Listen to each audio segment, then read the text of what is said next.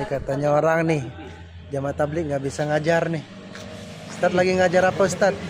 Lagi ngajar ini, cuman ya biasalah ini ngajar ini. Ah, Ya biar kalau dia bisa coba suruh tolong dijelasin itu bab Imrit ini, itu. bab mutada khobar ya. Suruh tolong jelasin ke saya bab mutada khobar sama orang-orang salaf itu yang so paham padahal tidak paham. Ah, ini katanya nggak bisa ngajar. Ini beliau lagi ngajar ini.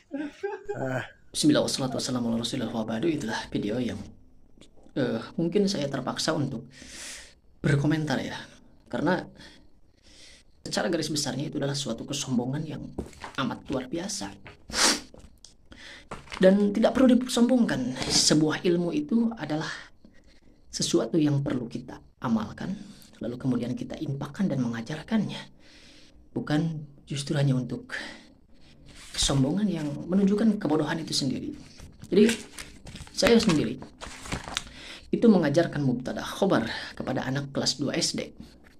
Dan tahukah Anda, di dalam pelajaran yang dipakai oleh metode khususnya orang salaf itu untuk mubtada khobar itu adalah bab pertama.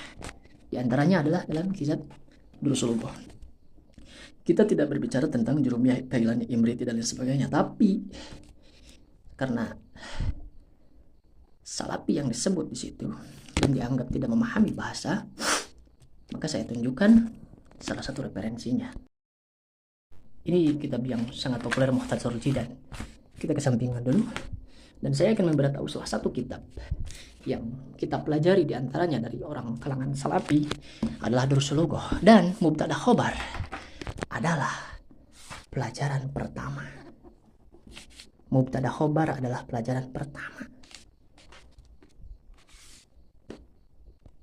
Artinya adalah bab yang hanya sebuah bab muqaddimah untuk orang-orang di kalangan salafi. Itu mubtada khobar itu hanyalah bab muqaddimah, pembukaan untuk kita belajar tentang kaidah nahwu dan shorof.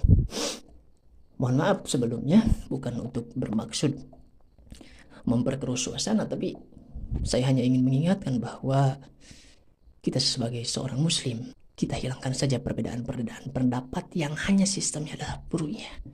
Ada sesuatu hal yang sangat penting ketika Indonesia bergabung dengan kaum Yahudi yang jelas-jelas mereka adalah pembantai kaum muslimin di Palestina, dan kita masih memperdebatkan tentang masalah hal kecil sepele seperti ini. Untuk apa? Itulah mungkin pesan saya. Orang-orang itu sudah memikirkan tentang bagaimana jihad. Orang-orang memikirkan tentang bagaimana kebangkitan Islam, kebersatuan, kebersamaan, dan saling menjaga toleransi sesama muslim, supaya martabat dan harkat derajat kaum muslimin itu tidak injak. Sedangkan Anda masih disibukkan dengan hal yang sepele seperti itu.